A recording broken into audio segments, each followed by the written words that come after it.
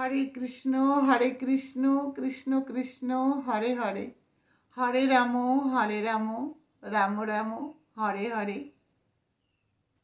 মানুষের জীবনটা হলো ঠিক যেন মোমবাতির মতো, আর মোমবাতির জ্বলন্ত আগুন হলো মানুষের আয়ু।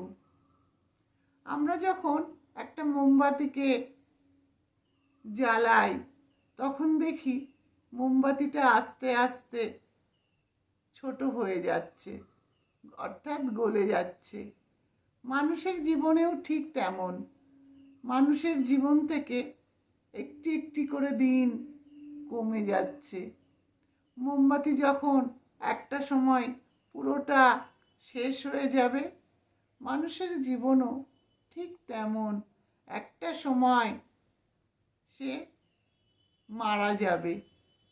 তাই বলবো, মোমবাতিকে যখন আমরা জ্বালিয়ে রাখি, অনেক সময় মাঝখানে দমকা হাওয়াতে কি হয়, নিভে যায়।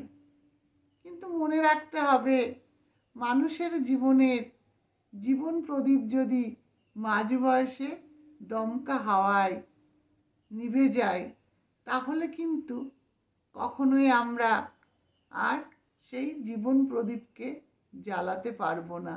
অর্থাৎ মারা গেলে তাকে আর কখনোই ফিরিয়ে আনতে পারবো না।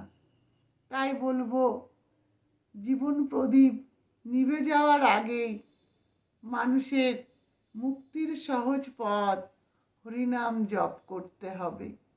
কারণ আমাদের জীবনে কখন দমকা হাওয়ায় জীবন প্রদীপ নিভে যাবে আমরা কেউ জানি না।